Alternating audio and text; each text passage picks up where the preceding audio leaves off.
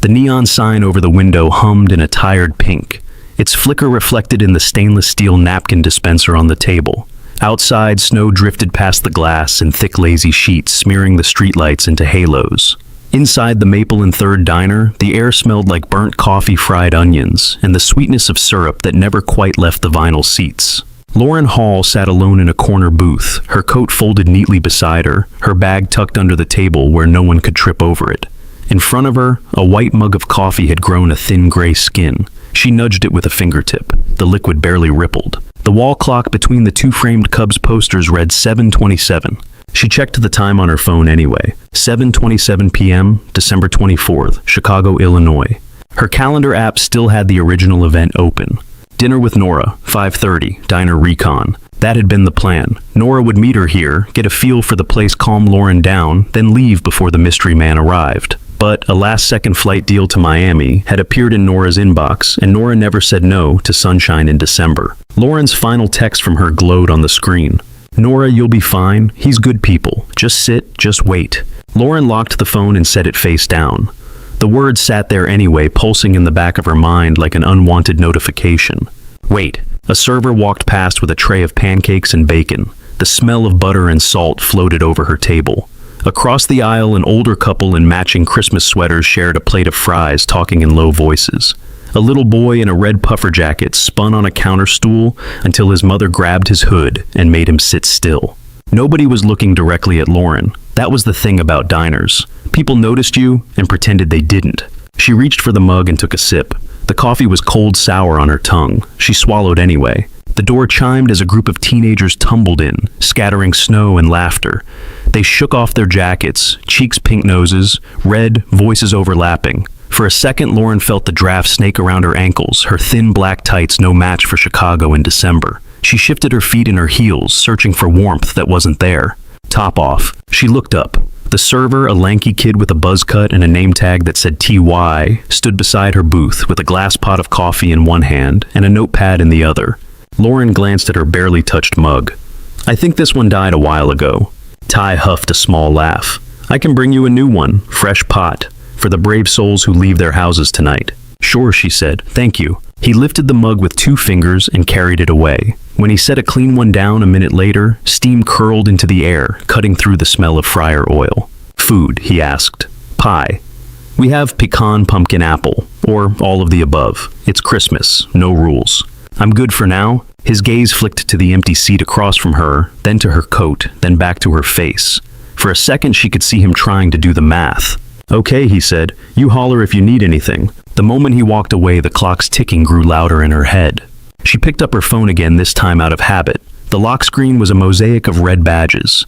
8 emails from her assistant, 2 missed calls from a board member, 3 push alerts about the article that had gone up that morning, claiming her company was inflating user numbers. She could fix that. She knew exactly what to say, which lawyer to CC, which journalist to take to lunch next week. What she did not know was how to sit in a booth at a diner and let time pass without using it. Lauren glanced at the empty side of the table. A laminated menu leaned against the sugar caddy, corners peeling. A basket of unopened sugar packets sat untouched. One place setting. One paltry attempt at pretending this was normal for her. She checked the time again. 7:31. He was officially 1 minute late. It was an absurd thing to notice, but she did. She always noticed. At work, people joked that she could tell you the length of any meeting down to the second, just by glancing at the agenda. They called her a machine, a shark, a rocket. All the metaphors revolved around speed. Her ex-husband had chosen a different one. The memory rose before she could push it down. Not a full scene, just a piece. The angle of his jaw. The way he had stood in the doorway of their old condo, tie loosened suitcase by his feet, as if he had just remembered there was somewhere else he preferred to be. "You never wait for anything," Lauren Ethan had said, his voice tired more than angry. "Not for me, not for us. You're halfway to the next thing before this thing even starts." At the time she had laughed it off, asked him if he was really blaming her for being efficient. He had not laughed. The papers were signed 3 months ago, in a conference room with stale coffee and a view of the river.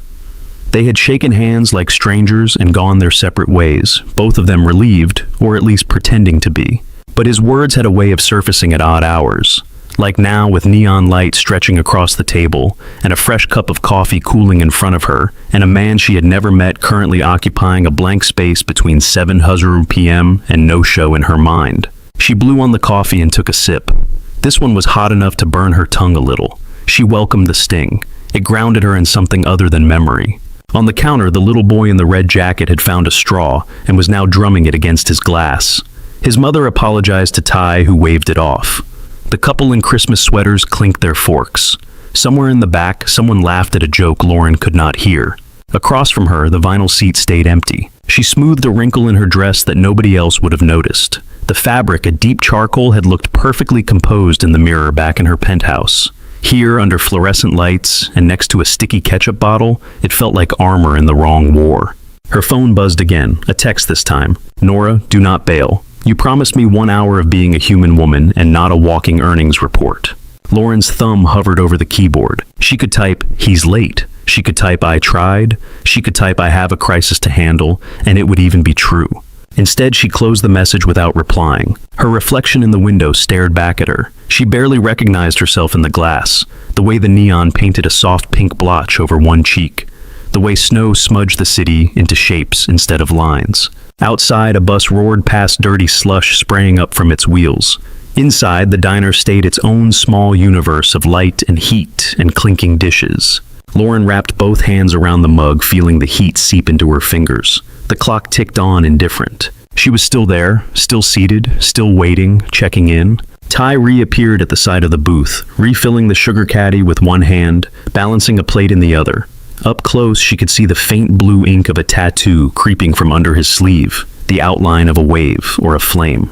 He nudged the plate onto her table. A slice of pumpkin pie, the crust imperfect, the filling, a deep glossy orange. "On us," he said, "holiday special." "You do that for everyone?" Lauren asked. "Only for those brave souls I mentioned earlier." He gave a small shrug. "Place looks less lonely when there is pie on the table." "I am fine," she said. "Really?" Ty did not argue. He only nodded, wiped an invisible spot from the table, and moved away to tend to another booth. She looked at the pie. A dollop of whipped cream melted slowly at the tip, sliding toward the crust.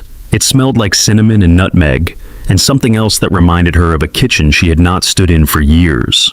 Her phone buzzed again. This time it was a group chat named Board All Caps. "Mark, we need a response drafted. This story is getting traction."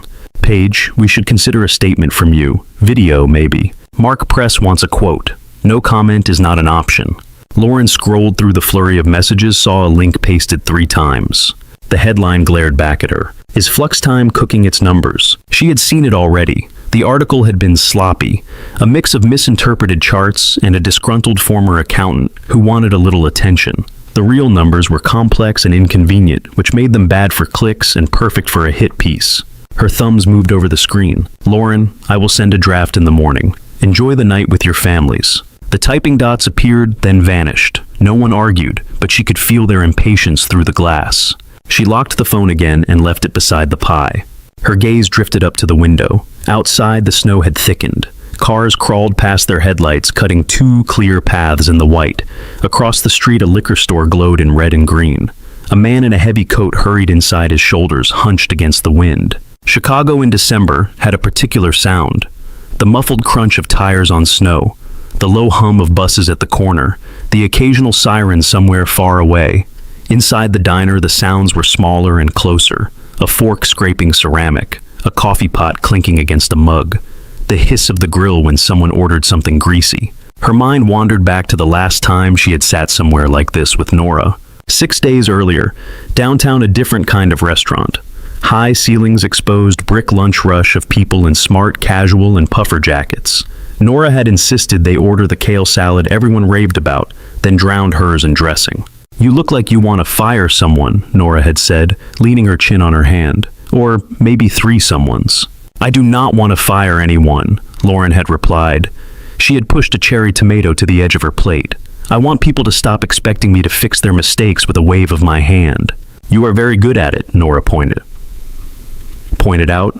Not a compliment. Still true. They had gone back and forth like that, brief exchanges layered over the clatter of plates and the low buzz of other conversations. Eventually, Lauren had admitted that she had spent the last 3 weekends at the office. The last 3 years, if Nora wanted to get technical. You need to be around humans who do not report to you, Nora had said, or bill you by the hour. That is what I have you for. Funny, Nora stabbed a piece of avocado. No, I mean someone who has no idea you are on the cover of Fast Company next month. Lauren had rolled her eyes. I told them not to run that cover. They are going to. Anyway, Nora had said, you know how media works. You can say no, but they love you more when you do. You are making my point for me. Nora had set down her fork, wiped her fingers, then pulled out her phone.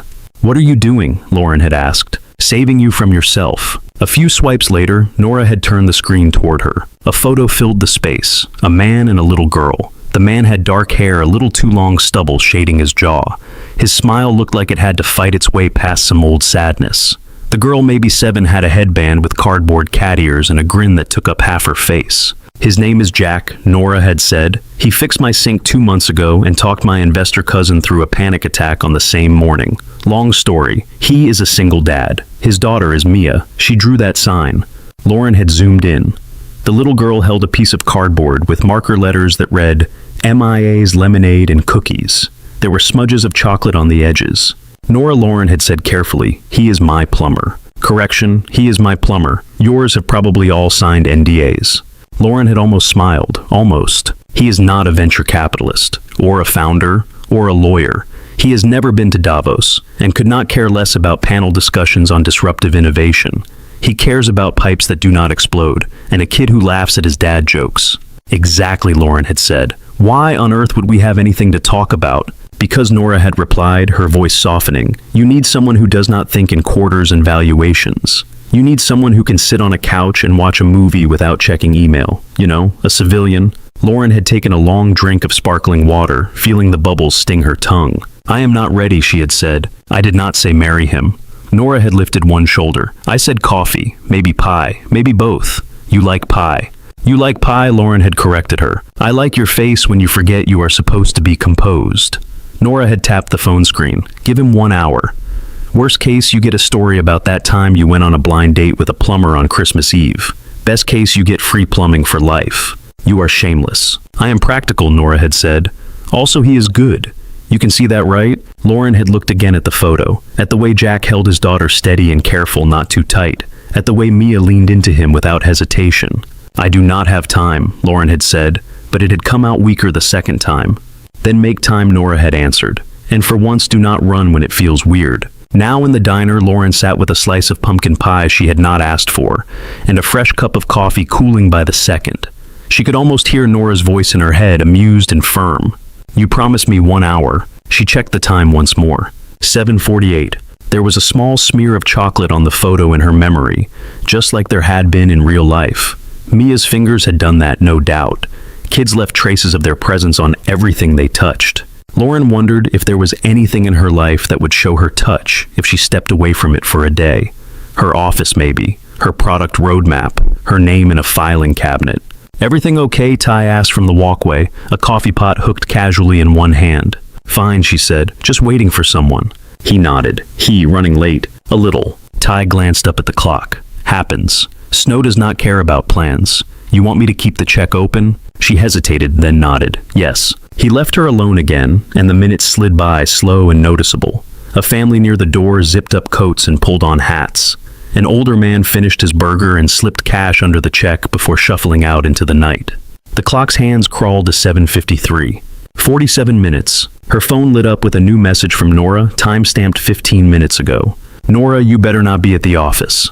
Lauren exhaled through her nose a short, humorless sound. She typed back, Lauren, I am at the diner. The reply came almost instantly. Nora, good. Stay put. Lauren placed the phone face down and wrapped her fingers tighter around the mug, letting the heat anchor her. She traced the ridge in the ceramic with her thumb, a tiny imperfection where the glaze had thinned. I will give him until 8, she said under her breath to herself, to the clock, to the empty seat across from her. The words settled over the table, like a small decision with sharp edges, the kind that did not show up on calendars but still rearranged in evening. Outside, the snow kept falling. Inside, the neon hummed, the clock ticked, and Lauren stayed where she was. At 7:57, the door chime finally rang. Cold air rushed in first, curling around Lauren's ankles, pushing the warmth of the diner back a few inches. A few heads turned toward the entrance. Ty glanced up from the coffee station. The little boy in the red jacket stopped spinning his straw. A man stood in the doorway, blinking under the neon. His hair was damp, flattened against his forehead in dark streaks. His navy work jacket clung to his shoulders in darker patches where the snow had soaked through. Jeans scuffed work boots, a toolbox-shaped shadow in the way he held himself even without anything in his hands. He took in the room in a quick scan, eyes moving over the booths and bar stools, the tinsel taped along the pass window.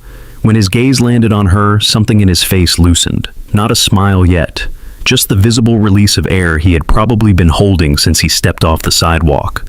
That had to be him. Lauren's fingers tightened around her mug. She felt every detail of the moment sharp and bright. The way snowflakes clung to his eyelashes, the faint drip from his jacket hem onto the mat, the curious way the couple in Christmas sweaters checked him twice, as if trying to place him. He wiped his boots on the rug out of habit, then walked toward her booth. Each step left a damp print on the black and white tile. As he came closer, more details resolved. Stubble shading his jaw, faint circles under his eyes, hands that looked like they were used to lifting, twisting, turning things. A phone held loosely in his right hand, the case scratched at the corners. He stopped at her table, close enough for her to catch the smell of cold air and something sterile that reminded her of hospitals cut, with the lighter note of soap that had seen a lot of use. "Lauren?" he asked. His voice was rough, lower than she expected, like it had been worn down by a long day of talking over machines or traffic. "Yes," she said. "Hi." He set his phone on the edge of the table, not quite onto the placemat. "I am Jack," he said. "I am so sorry. I know I am late." Up close, she could see that his jacket zipper was crooked. One of the front pockets had a loose thread. There was a tiny smear of something pale purple near his cuff, like a thumb had dragged paint or marker there. "You are," she agreed. He winced, a quick, honest flinch that made something in her chest twitch. "I was at County General," he said. "Their emergency room. The wait was supposed to be an hour. It turned into 3. The signal in there is trash. I tried to send a text and it just sat there spinning." He tapped his phone with his index finger as if to prove his point. The screen lit up. A half-written message to Nora still sat in the draft unsent. Stuck, like he had been. Lauren looked from the phone to his face. A drop of water slid from his hairline down to his temple. He did not seem to notice.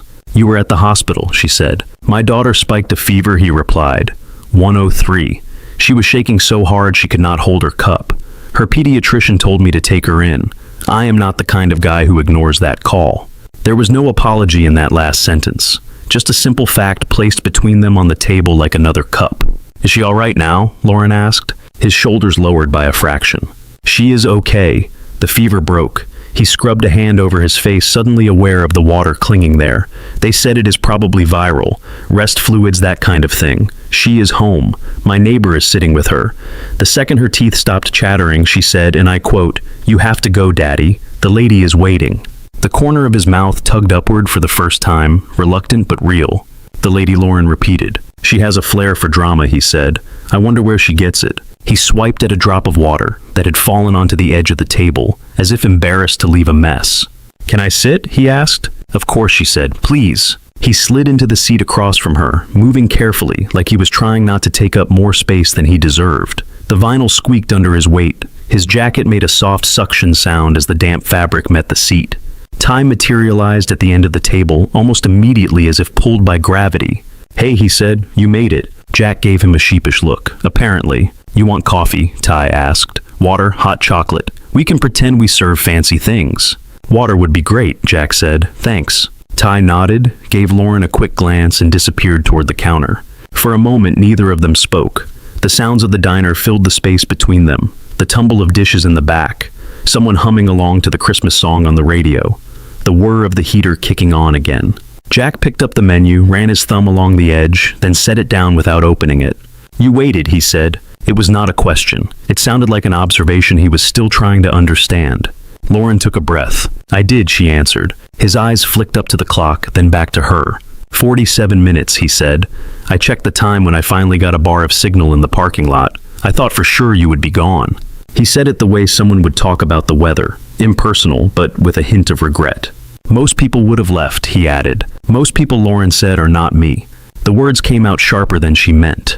His expression shifted, not offended, but more focused, like he was paying closer attention. "Why did you stay?" he asked. The directness of it pressed against her skin.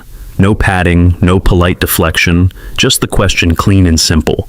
She glanced down at the table. The slice of pumpkin pie sat between them, untouched the whipped cream, now a small white puddle. Her phone lay face down beside it, a rectangular weight holding down 100 demands. Lauren reached for her coffee instead. "I am not sure yet," she said, which was the closest she could get to the truth without peeling herself open. Jack studied her for another second, then nodded once as if that were an acceptable answer for now. Ty returned with a tall glass of water and a folded paper napkin draped over his fingers. "Here you go," he said, "and a towel in case you want to stop watering the floor." Jack laughed under his breath, took the napkin. "Sorry about that," he said. "Adds atmosphere," Ty replied. "You folks need a minute with the menu, or are we talking coffee and pie levels of commitment tonight?" "I will have what she is having," Jack said. "It smells good." Lauren looked at him over the rim of her mug. "You like pumpkin?" she asked. "I like food that someone else makes," he replied.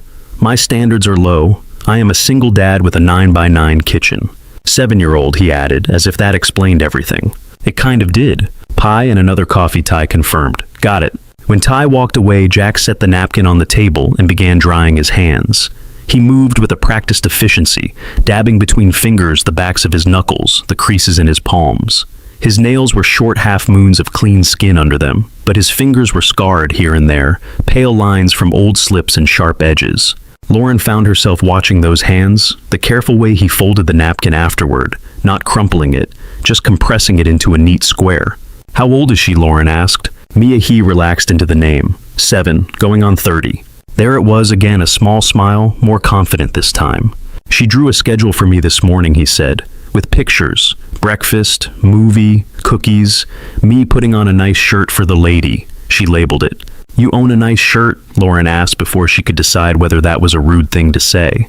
"Somewhere in my closet," he answered. Then she threw up on it. "So I went with this." He plucked at his damp jacket. "It is an honest jacket," she said. His eyebrows lifted a little, as if she had surprised him. "That is one way to put it," he said. He shifted, and a tiny folded piece of paper slid out of his inside pocket, landing on the table. He caught it before it could drift to the floor. "What is that?" Lauren asked. "She made me bring this," he said. He smoothed it open on the table between them. Crayon lines filled the page. 2 stick figures held hands under a crooked triangle roof. A smaller stick figure stood between them, hair sticking out in static spikes.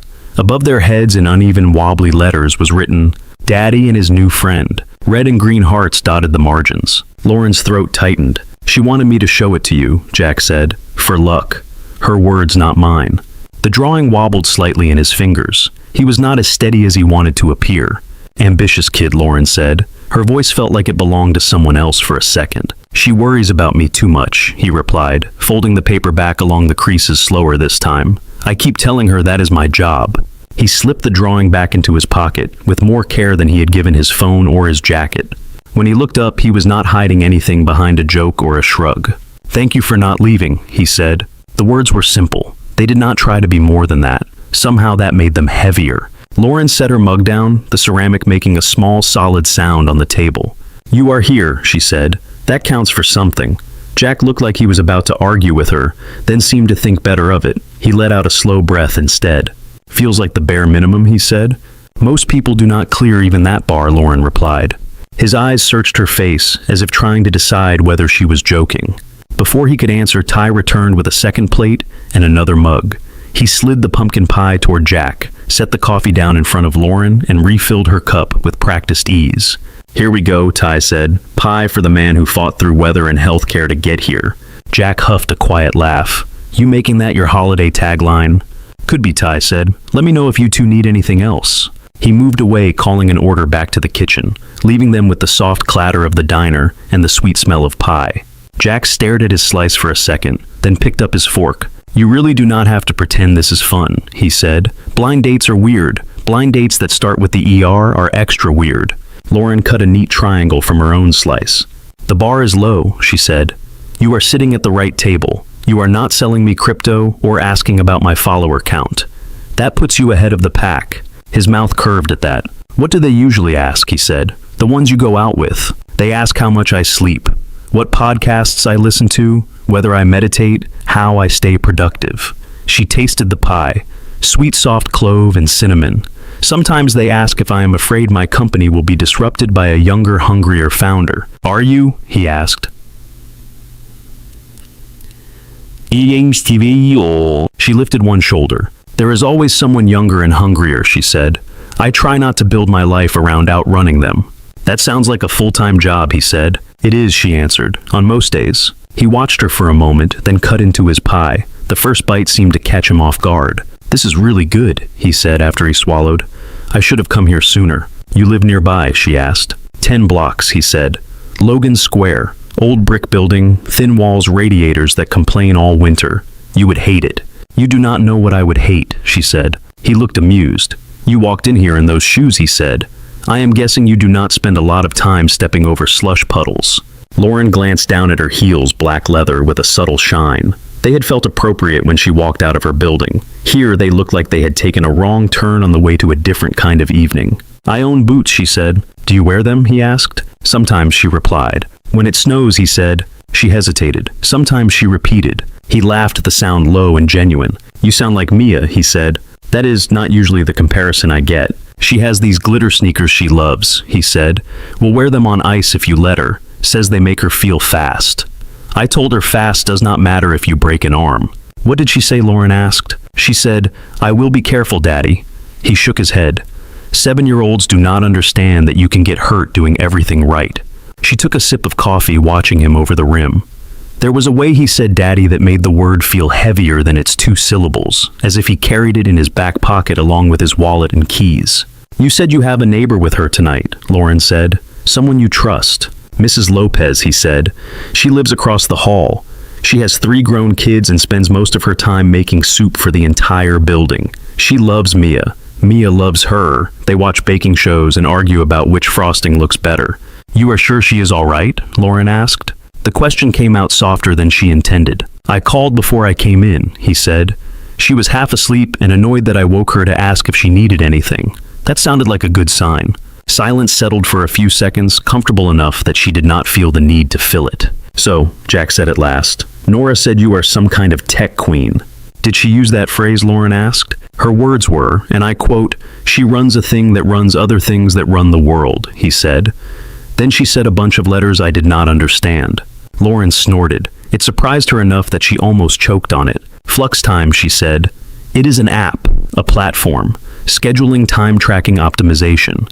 Companies use it to keep track of what their people are doing, where their hours go, how to make half as many people do, twice as much work without mutiny. That sounds cheerful, he said. They spin it as empowering, she said. Data-driven efficiency. People get a dashboard for their lives. It makes investors happy. Does it make you happy? He asked. The question was simple. She felt it land. It makes sense, she said after a beat. I am good at things that make sense. That is not the same thing, he said. You sound like my therapist, she replied. You have a therapist, he said. Smart. You say that like it is an indulgence, she said. For some people it is, he answered. I get thrown free advice in the loading dock from guys who think therapy is talking to the bartender. I think paying someone who does not know you any favors to listen to you sounds like a pretty solid investment. Do you have one? She asked. Used to, he said. After my wife got sick. Hospital social worker pushed me toward a support group. I found a counselor instead. Stayed until I could say her name without feeling like my ribs were going to crack. He said it plainly as if he was describing a plumbing repair. I am sorry, Lauren said. Everyone is, he replied. It is okay. It has been 3 years. The worst sharp parts dulled out. What was her name? Lauren asked. Elena, he said. She hated hospitals, thought she would die of a paper cut in one. She watched the way he spoke, the way his mouth moved around her name, careful and quiet. She was always cold, he continued. I used to tease her that she was part lizard. Then chemo made her colder. Blankets did not help. I would run the water in the shower till the bathroom fogged up, and she would sit on the floor and breathe. Said it made her bones stop hurting for 5 minutes. He picked up his fork again but did not eat. He tapped the tines against the plate, a small rhythmic click. I sold my drafting table 2 weeks after she died, he said. Thought I was being practical. Thought the last thing I needed was a reminder of the life we were supposed to have. Then the hospital bills came. Practical did not feel optional anymore. You went into plumbing, Lauren said. I had a friend who owned a company, he said. Said he could have me under sinks by Monday if I did not mind getting wet. The pay was better than staring at a screen doing entry-level design so someone else could take credit. Mia needed food, so I said yes. Do you miss it? She asked. Plumbing, he smiled faintly. No, not really. It has its moments. People look at you like you are magic when their toilet stops screaming at them. But drafting drawing lines that turn into walls and windows, thinking about where light comes in, and where people will drop their shoes when they walk through the door. That part I miss. He looked up, met her eyes. You, he asked, what did you give up to sit on top of the world like this? That was how Nora would have phrased it. At least he had not asked what it was like to be a girl boss. The word made her teeth itch. Sleep, she said first. He waited. Friends, she added. Most of them. The ones who wanted spontaneous dinners and weekend trips. I was good at canceling. Eventually they stopped asking. He nodded once, acknowledging the cost without pity. And Ethan, she said, almost surprised she had said his name. My ex. I did not mean to give him up. I thought I could hold on to both, him and the company. How did that go? Jack asked. You are sitting in a diner with me on Christmas Eve, she said. What does that tell you? Could mean a lot of things, he replied. Maybe you just really like pie. She laughed softly. He smiled back, not pushing. Before she could decide whether to say more, Jack's phone vibrated on the table. The screen lit up with a contact name and a small photo of Mia grinning at the camera cheek streaked with ice cream. Sorry, he said. I should get that. Of course, she said. He swiped to answer. Hey, Bug, he said, his voice shifting immediately into something gentler. You still awake? Lauren could hear a faint, hoarse little voice on the other end. Did you take your medicine? He asked. Good. You sound better. There was a pause. Jack's eyes flicked to Lauren, then back to the table. Yeah, he said. I met her. She is here. Another pause. She is nice, he said quietly. She waited. The hoarse voice replied with something that made the corners of his mouth tremble. He blinked hard once. I will be home soon, he said. You have Mrs. Lopez. You are not alone. He listened again, then smiled for real, wide enough that it reached his eyes. I love you too, he said. Try to sleep, okay? He ended the call and turned the phone face down, running his thumb along the edge, as if he needed something to occupy his hand. Mia, Lauren asked. He nodded. She wanted to make sure I was okay, he said. 7 years old and already checking on me. That sounds like a good kid, Lauren said. She is, he replied. Too good sometimes. He took a sip of water, set the glass down carefully. You really waited, he said again, like the idea still surprised him. You did not know me. You did not owe me anything.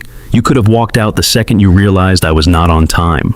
It was an option, she said. Why was it not the one you took, he asked. The question hung there, simple, direct, and suddenly heavier than the noise around them. Lauren let the question sit between them for a moment. Why was it not the option she had taken? Outside, a plow rumbled past, scraping the street. The vibration came up through the floor into her shoes. The lights over the counter flickered once, then steadied. I do not know yet, she said at last. I kept thinking about leaving. My legs did not get the memo. Jack watched her steady and quiet. No eager nodding, no attempt to finish her sentence for her. It was strangely disarming. Maybe I was curious, she added. Maybe I wanted to see if you were the kind of person who at least tried to show up. High standards, he said. Show up and try not to be a jerk. Very elite club. You would be surprised, she replied. He lifted his fork and took another bite of pie, slower this time. She could see his shoulders start to let go of some of the tension he had walked in with. Not all of it, but enough that he did not look like he might bolt at any second. What did Nora tell you about me? He asked. She said you were a plumber, Lauren said. That you helped her cousin when he had a panic attack on a job site. He locked himself in a bathroom, Jack said. Sat on the edge of the tub and said he could not breathe. I told him he could. 1 second at a time. I am not a professional. I just know what it feels like when everything in your chest is trying to close in on itself. He said it without drama, just a simple description of a thing that had happened. She also said you are a good father, Lauren added. He took that in with a stillness that made her think he was not used to hearing it out loud. I try, he said. Silence again, not awkward, just full. The clock over the door ticked on. The hands aligned at 8. You are probably missing Christmas stuff, Jack said. Parties, fancy things. I am messing up your night. You did not drag me here, Lauren said. I agreed to this. Regretting it yet, he asked. Not yet, she replied. He smiled, small but present. Ty swung by with the check in his hand. No rush, he said, setting it down at the edge of the table. We are here all night. I am just pretending to be organized. Jack reached for his wallet out of reflex. The leather was worn soft, the edges darkened. He opened it and slid his card into the little plastic sleeve without looking at the total. "You do not have to," Lauren said. Exhaustion said. "I asked you out," he said. "That is how this works." "You did not," she said. "Nora did." He thought about that, then gave a half smile. "Fine," he said. "She can make fun of me later if I let you pay for my pie." Ty picked up the check before Lauren could argue more. "I will be right back," he said. Jack watched him go, then leaned his forearms on the table. "I should probably head back soon," he said. "I do not like being away from Mia too long when she is sick, even if she is sleeping." "That makes sense," Lauren said. The words tasted practical, safe, expected. This could be the part where they wrapped things up. Polite goodbyes in the glow of neon. A handshake or a hug that meant nothing and everything. A story for Nora to dissect over lunch. Instead of imagining that, Lauren found herself picturing a hallway with thin walls and radiators that complained a little girl with a fever and glitter sneakers, a woman across the hall ladling soup into mismatched bowls. She glanced out the window. Snow had softened the city into a quieter version of itself. The bus stop on the corner signaled its presence with a blue sign half covered in frost. When she looked back at Jack, he was watching her carefully, as if gauging whether to offer anything more than a quick exit. Ty returned, slid the receipt and card back onto the table, and left them again with a nod. Jack signed without reading his pen grip, neat and precise, then tucked his card away. "I am glad you stayed," he said. The words were simple, uncomplicated. They should have been closure. "Where exactly is your place?" Lauren heard herself ask. He blinked. "Logan Square," he said, "on Fullerton. You take the 47 bus, get off at Sacramento, walk 2 blocks. Why?" She followed the small condensation ring on her mug with her fingertip. "Do you have to go straight home?" she asked. "I mean," he said, confused, "I should. Mia will be fine, but I told Mrs. Lopez I would not be out late." "That is not what I am asking," she said. He waited. Lauren lifted her eyes to his. "Can I come with you?" she asked. The question surprised them both. Jack went still. Not offended, not pleased, just stunned for a heartbeat. "To my apartment," he said. "To see if your daughter is okay," she said. "You talked about her. She drew that picture." She nodded toward his pocket. "I would like to meet the artist." His brow furrowed. "That is a lot," he said quietly. "We just met." "I know," she said. "I am aware of how that sounds. I am not usually impulsive." "You sat here for almost an hour," he said.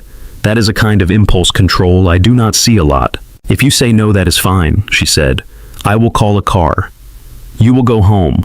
We will both pretend this was a normal evening." He watched her for a beat longer, as if searching for a catch. "You are not afraid I am a serial killer?" he asked, half serious. "If you were, Nora would have terrible judgment about sinks," Lauren said, "and she does not." He almost laughed. "The bus is not glamorous," he said. "Neither is a fever," she replied. Something in his posture relaxed, not entirely, but enough. "Okay," he said, "if you are sure." "I am not," she admitted. "That is kind of the point." They put on their coats. Jack shrugged into his damp jacket, pulling the collar up against his neck. Lauren slid her arms into her wool coat, felt the familiar weight settle across her shoulders. Ty appeared as they stood. "You heading out?" he asked. "Yes," Jack said. "Thanks for the pie." Ty grinned. "We will keep a slice on reserve for you ER guy." He looked at Lauren. "Merry Christmas." "You too," she said. The bell over the door chimed again as they stepped outside. The cold hit her immediately, a sharp slap after the diner's warmth. Snowflakes landed on her eyelashes, on the bridge of her nose, on the lapels of her coat. Her breath came out in white clouds. Jack shoved his hands into his pockets and started toward the corner. Lauren fell into step beside him, careful of the wet patches on the sidewalk. "You really should have boots," he said. "I own boots," she replied. "You keep telling me that," he said. "I have yet to see evidence." They reached the bus stop just as the 47 lumbered into view, its headlights cutting through the falling snow. The bus sighed to a stop, doors folding open with a clack. Warm air tinged with exhaust, and something metallic washed over them as they stepped up. Jack tapped his transit card against the reader. Lauren fished a bill from her wallet, slid it into the fare box, watched the green light blink. They moved down the aisle. The bus was half full. A man in a knit hat slept with his forehead against the window. A woman held a toddler with a sparkly headband. 2 teenagers in hoodies shared one set of earbuds. They took seats near the middle. Jack sat by the window, his wet jacket brushing the glass. Lauren sat on the aisle. The heater under their feet rattled to life, pushing up air that smelled vaguely of dust and old winters. The city unfolded outside. Storefronts with dark windows. A laundromat with fluorescent lights, still humming, rows of machines spinning. A church with a nativity scene half buried in snow. "What does Mia like?" Lauren asked, watching the streets slide by. "Drawing," he said. Anything with markers. She leaves little cartoons on every piece of paper she can find. Baking when we can afford extra flour and sugar. She likes glitter, a lot. Glitter and glitter sneakers, Lauren said. You caught that, he replied. She also names everything. Plants, chairs, the vacuum. She calls it Victor. Lauren smiled. Does Victor do a good job? When he is in the mood, Jack said. He is moody. The bus turned the movement, pressing Lauren gently against the plastic seat back. Her shoulder brushed the air near his. She could hear the faint creak of the chassis with each bump. Do you work tomorrow, he asked. Not officially, she said. The office is closed. We have a code for that in the system. We call it company holiday. The servers do not care. They keep going. That sounds tiring, he said. You say that like your pipes take Christmas off, she replied. They do not, he said. Neither do dishwashers, toilets, or water heaters. I have a separate ringtone for emergency calls. I hate it.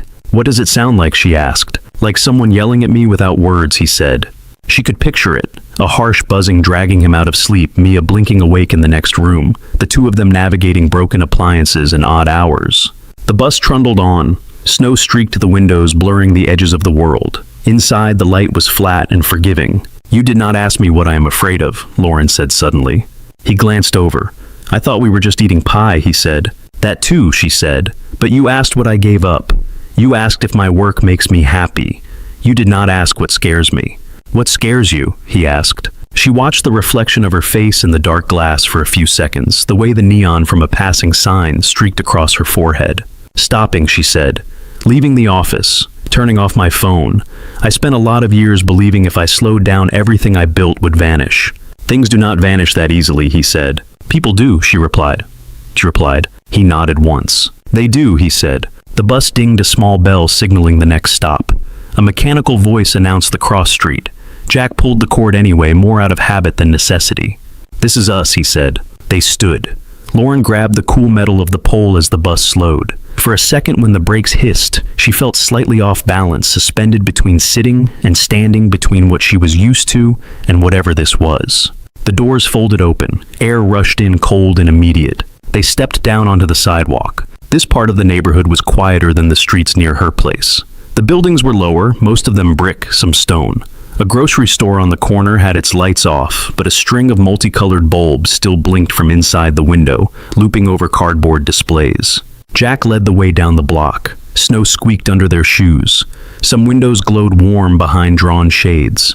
A dog barked once in the distance, then went quiet. He stopped in front of a 3-story building with a narrow stoop and a small awning. The entryway light buzzed, casting a yellow triangle over the snow. This is it, he said. He pulled the door open with a tug that suggested it stuck sometimes and held it for her. The hallway smelled like cooking laundry detergent and something floral that could have been old perfume or air freshener. The floorboards creaked under their feet as they started up the stairs, the sound of each step rising and falling in the confined space. Lauren ran her fingertips lightly along the wall as they climbed. The paint was chipped in places, the plaster uneven, imperfect, solid. Halfway up, she realized she was holding her breath. She let it out slowly and kept going. Jack's apartment was on the 2nd floor. He walked down the hallway, the floorboards announcing each step, then stopped at a door with a metal 2B slightly crooked on the wood. He slipped a key into the lock and turned it. The deadbolt clicked. He pushed the door open and stepped aside. Warmth met her first, a soft wave that smelled like tomato sauce dryer sheets and the faint spice of something baked earlier that week. A television murmured from somewhere inside, a cartoon voice, high and cheerful. Come in, he said quietly. Lauren crossed the threshold. The living room was small but bright. A sagging gray couch faced a low coffee table covered in crayons and coloring books. A second-hand armchair sat near the window, its upholstery worn at the arms, where hands had rested for years. The far wall held a shelf that bowed slightly in the middle, crowded with framed photos, small plants in mismatched mugs, and a ceramic owl someone had painted badly, but with enthusiasm. A Christmas tree stood in the corner. It was shorter than she was and slightly crooked, its plastic branches weighed down with handmade ornaments. Paper snowflakes, popsicle stick stars.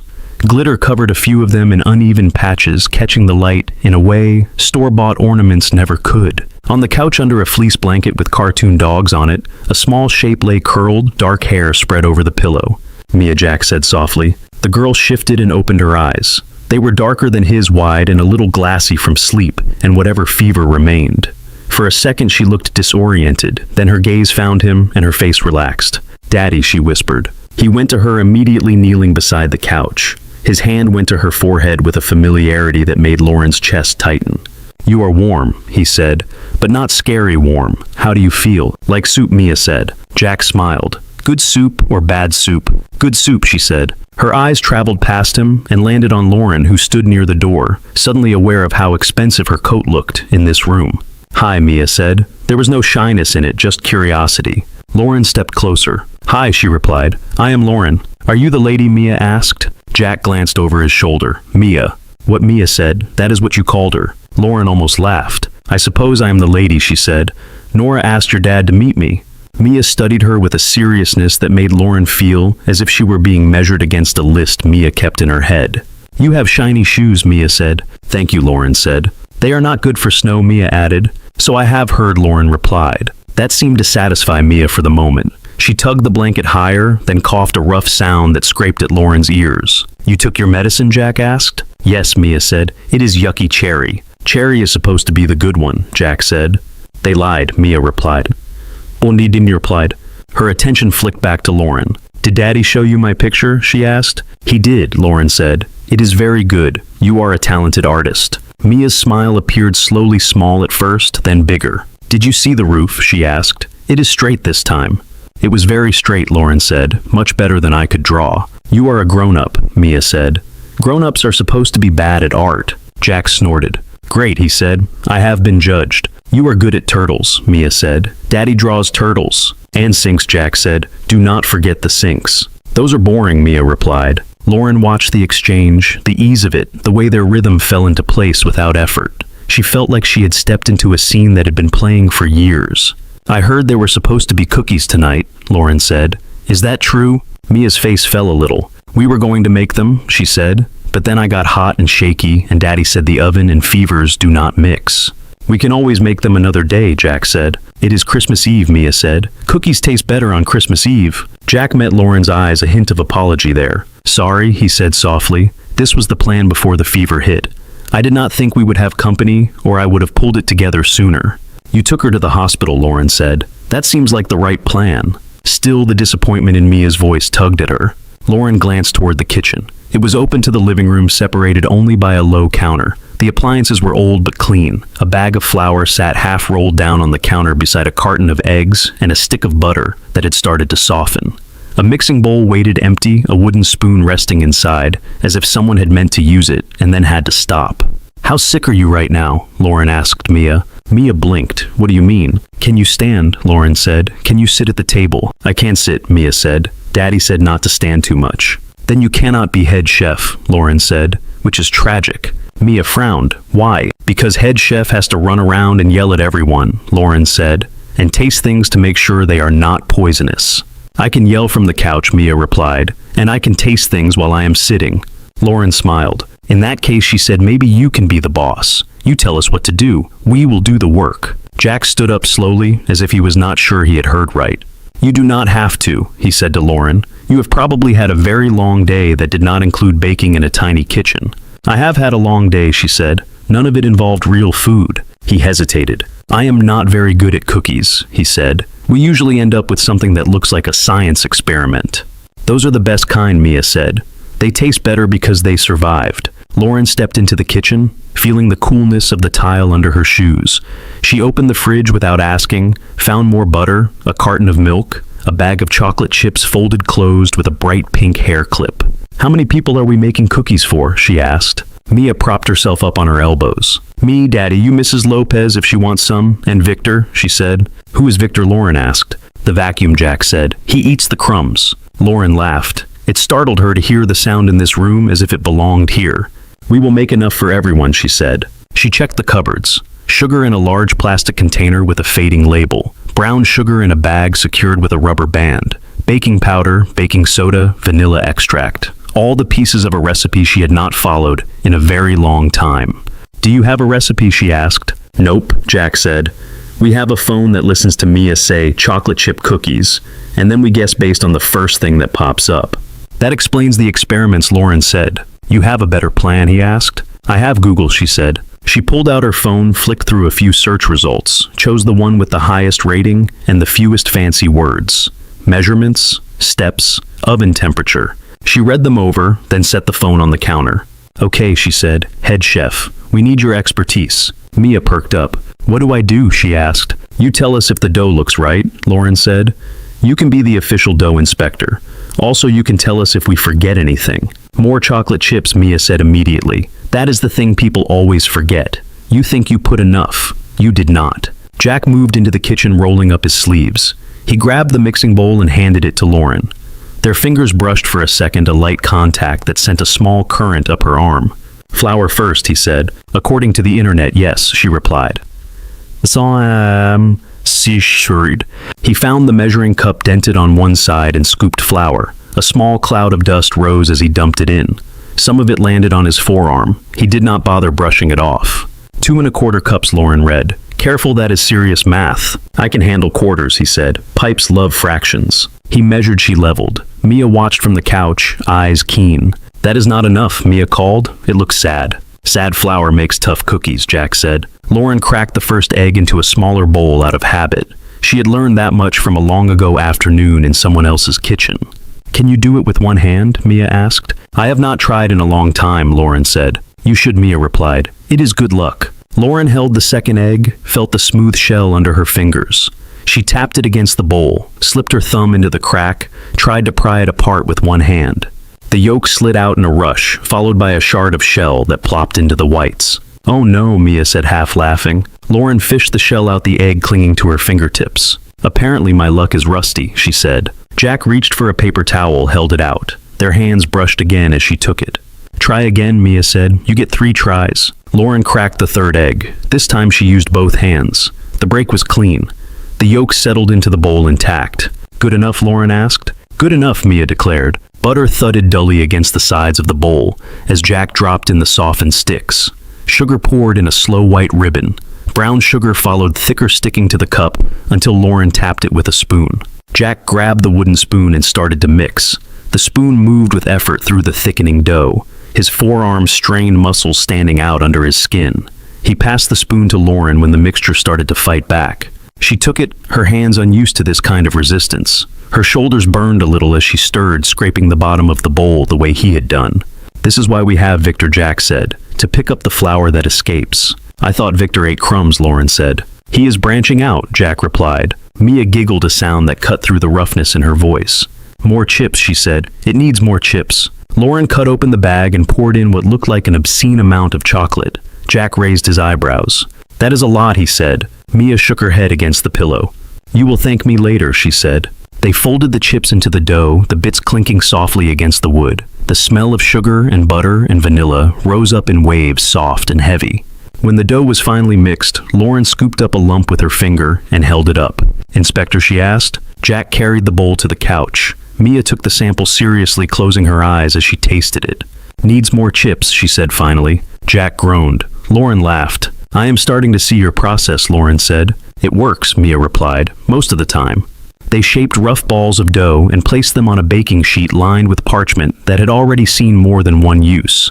The oven ticked as it preheated the metal, expanding in small pops. When the tray slid in and the door shut, the apartment seemed to settle around the expectation. The timer on the stove began its slow countdown. Lauren leaned against the counter. Jack stood beside her, close enough that she could feel the heat of him layered over the warmth from the oven. Mia snuggled under her blanket, eyes half closed. "If they burn," Jack said, "we will blame the head chef." "If they burn," Mia said without opening her eyes, "you will eat around the edges." Lauren watched the two of them, the way their words fit together. The room felt full, not crowded, the kind of full that came from more than furniture. A faint scent of baking cookies began to drift from the oven. It mingled with the existing smells of the place, creating something new, something that felt like it had been waiting to happen. The oven timer beeped, a quick succession of sharp notes that cut through the low murmur of the cartoon on the television. Jack pushed off the counter. "Moment of truth," he said. Lauren followed him to the stove. When he opened the oven door, a wave of heat rolled out, carrying the smell of butter and sugar and chocolate to every corner of the apartment. The cookies had spread more than the picture on Lauren's phone suggested. A few of them had fused together at the edges, forming odd shapes that looked a little like continents on an old map. "They look like blobs," Jack said. Delicious blobs, Lauren replied. He slid the tray out carefully and set it on the stovetop. The cookies sizzled quietly on the parchment, the chocolate still glossy and soft. One of them had clearly been overfilled with chips. They had pooled into a dark lake in the center. Mia raised her head. "I smell them," she said. "They smell like not hospital." Jack grabbed a spatula and carefully transferred 3 of the least misshapen cookies to a plate. He walked them over to the couch, balancing the plate in one hand. "Too hot," he warned. "Let them cool." Mia ignored the instruction and blew on one, her cheeks puffing. She took a small bite and closed her eyes. "It is good," she said through a mouthful. "It is very good." She opened her eyes and held the cookie out toward Lauren. "You have to try," she said. "The first batch is magic." Lauren sat on the edge of the couch, careful not to jostle Mia's legs under the blanket. She took the cookie, feeling the warmth through her fingertips. The chocolate smudged slightly as she held it. She bit into it. The edges had a slight crispness. The center was almost underbaked, soft and rich. It was sweeter than anything she usually chose for herself. The chocolate filled her mouth, thick and immediate. She swallowed and then took another bite. "Well," Mia asked. "It is very good," Lauren said. The head chef was right about the chocolate. Mia sank back into the pillow, satisfied. "I know," she said. Jack leaned on the back of the couch, watching them both. "You get credit for this too," he said to Lauren. "I stirred," she said. "Badly." "You stirred enough," he replied. They ate in companionable quiet for a while. Lauren finished her cookie. Jack picked up one of the odd-shaped ones from the tray and bit into it without ceremony. Crumbs clung to the stubble along his jaw. He wiped them away with the back of his hand. The television continued its story without any of them paying much attention. After a few minutes, Mia's head dipped. Her eyes blinked slower, the way a child's do when sleep starts to win. The fever had left a faint flush on her cheeks, but her breathing sounded less ragged than it had earlier. "You tired, Bug?" Jack asked. "I want to stay up," she said. "It is Christmas Eve." "It will still be Christmas in the morning," he said. She frowned. "Will Lauren be here?" she asked. The question hung in the air, light and heavy all at once. Lauren looked at Jack. He looked back, his expression passing through surprise into something like caution. "That is up to Lauren," he said. Mia turned her gaze on Lauren, the weight of it larger than her small body. "Will you?" she asked. Lauren opened her mouth and found that the usual phrases did not want to come. She could not make herself say, "I have to go," or "I have plans," when both would be lies. She thought of her penthouse high above the city, its floor-to-ceiling windows and empty rooms, the fridge with its neat rows of sparkling water and nothing else, the silence that would be waiting there. She thought of this small apartment with its creaking floors and crooked tree, the smell of cookies, the little girl who had drawn a picture with a space already made for her. "I do not have anywhere I need to be," she said slowly. "If your dad does not mind, I would like to stay." Mia smiled, a slow, sleepy curve that lit up her whole face. "Good," she whispered. Jack's shoulders eased as if he had been bracing for a different answer. "I mind only if you snore," he said quietly. "I do not snore," Lauren replied. "That is what everyone says," he said. Mia giggled, the sound fading into a yawn. Jack pulled the blanket up to her chin. "You ready for bed?" he asked. "Story," she said. "Just a short one." "Of course," he said. He glanced at Lauren. "You want to pick the book?" The question made something warm move in her chest. "I can try," she said. The bookshelf in the corner held a row of colorful spines at child height. Lauren scanned the titles. Dragons, space adventures, fairies. One book with a worn cover caught her eye. A girl in a red jacket stood on the front holding a map. She took it down and brought it back to the couch. "What about this one?" she asked. Mia nodded. "That one is good," she said. "She gets lost." "She finds her way," Jack added. Lauren sat on the edge of the couch, while Jack perched in the armchair close enough to reach Mia's hand. She opened the book and began to read. The words came easily, the story unfolding in a rhythm that soothed as much as it entertained. The girl in the red jacket missed her train, took the wrong street, met people she did not expect. Throughout, she kept looking at her map, which did not always help. Mia's eyes fluttered more with each page. At some point, her breathing deepened. Her small hand slackened in her father's grip. By the time Lauren closed the book, she was asleep. Jack stood and gently scooped her up, blanket and all. She curled into him like she had done it 1,000 times, her head tucked against his shoulder. He carried her down the short hallway to a room where the door stood half open. Lauren caught a glimpse of a small bed with a rainbow comforter, a nightlight shaped like a moon, a poster of stars peeling at one corner. She busied herself in the living room, stacking the plates, wiping a spill from the coffee table with a paper towel. The domesticity of the movements felt both foreign and oddly right. When Jack returned, he leaned against the doorway, watching her for a moment. You do not have to clean up, he said. I am not, she said. I am just making sure your table does not become a sugar sculpture overnight. He smiled faintly. Her art supplies would love that, he said. They moved through the small kitchen together, putting away ingredients, rinsing bowls, placing utensils in the dish rack. Their steps found a natural pattern in the limited space. At one point, Lauren reached for a glass at the same time Jack did. Their fingers brushed over the cool surface. Neither of them pulled back immediately. The contact lingered a small point of shared heat in the quiet room. Where do you want me to sleep? She asked finally, letting go of the glass. The couch is the only option unless you want to share with a 7-year-old who kicks in her sleep, he said. I can grab you a blanket and a pillow. And you, she asked. I will take the chair or the floor, he said. I have survived worse. She shook her head. You can take your own bed, she said. I am the intruder here. This is not a hostage situation, he said. You are a guest. You invited me in, she replied. I invited myself after that. He studied her face for a moment. Okay, he said eventually. Couch for you. I will take the bed. We will argue about it properly another time when neither of us is on the edge of unconsciousness. He pulled a folded quilt from a closet and shook it out. The fabric smelled like laundry soap and something faintly floral. He found a pillow with a cotton pillowcase that had faded sunflowers on it. Lauren slipped off her shoes and placed them neatly beside the couch. Her feet sank into the quilt when she sat down, the cushion dipping under her weight. Jack handed her the pillow. If the heater gets too loud, just kick it, he said. It likes to pretend it is a train sometimes. Good to know, she replied. He turned off the main ceiling light, leaving only a small lamp near the tree. Colored bulbs reflected on the walls, casting dots of red and green and gold around the room. For a few seconds, they both stood there in the softened light. Thank you, he said, for coming, for all of this. She tucked the quilt around her legs. I was tired of sitting in places that felt empty, she said. This is not that. He nodded once. Good night, Lauren, he said. Good night, Jack, she replied. He disappeared down the hallway. A door clicked softly. The apartment settled into a different kind of quiet. Lauren lay back on the couch, the cushion familiar in a way that surprised her. She watched the lights on the tree blink in a slow rhythm. The smell of cookies still hung in the air, mixed now with the faint scent of dish soap. Her phone buzzed on the coffee table. She reached for it, saw Nora's name on the screen. Where are you now? Lauren stared at the message for a few seconds, then typed back. At Jack's place. She hesitated, then added one more line. I am staying the night. She hit send, turned the phone to silent, and set it face down.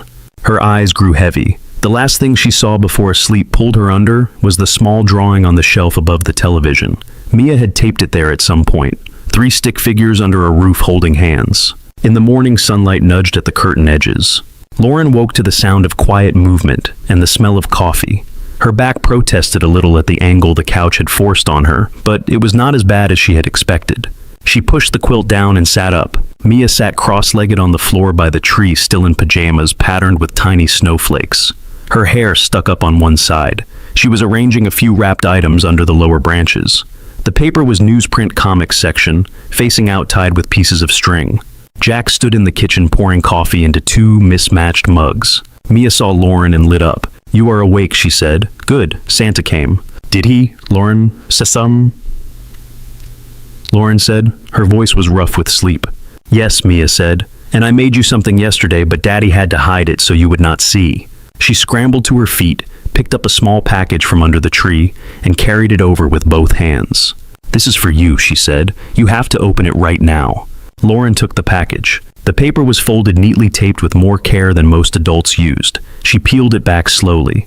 Inside, wrapped in plastic, was a cookie.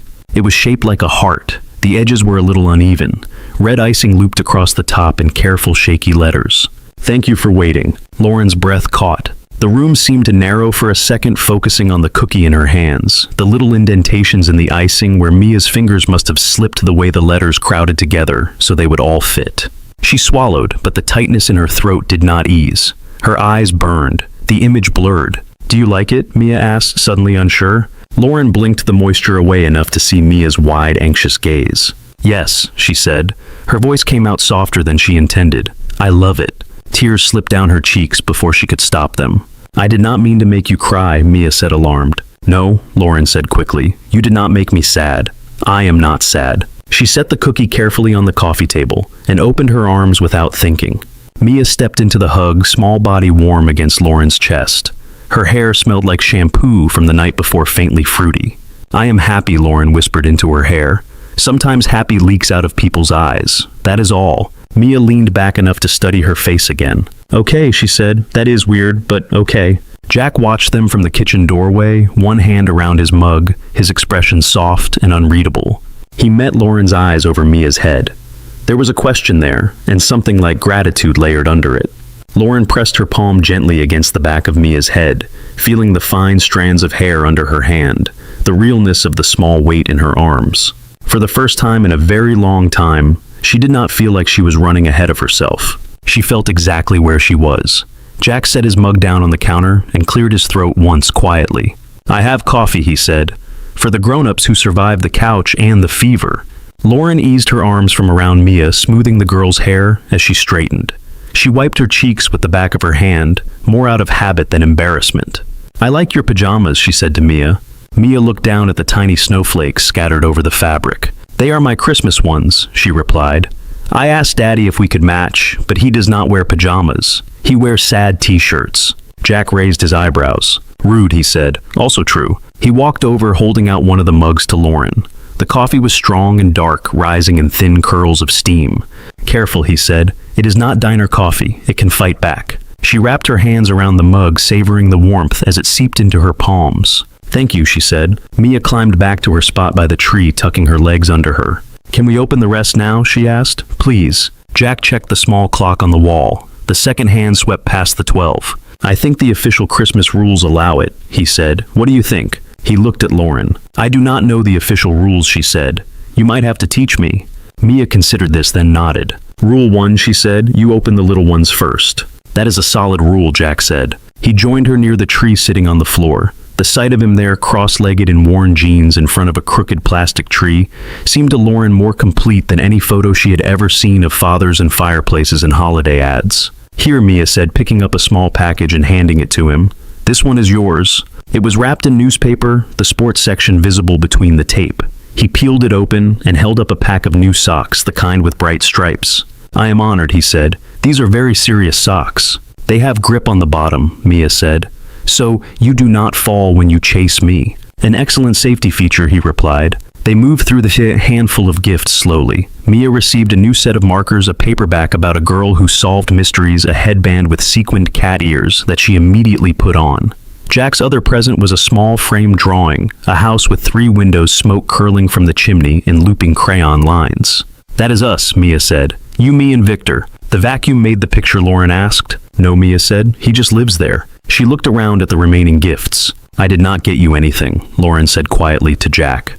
He shrugged. You brought coffee shop patience and extra hands in the kitchen, he said. That counts. Mia frowned. You did, she said. Lauren turned to her. I did what she asked. You got me not being alone, Mia said. That is a thing. Her tone was simple. No drama, no attempt to be profound. The words landed anyway. Jack cleared his throat. Breakfast, he said. Anyone interested in something that is not sugar and butter alone? Pancakes, Mia said immediately. Please. Pancakes, please.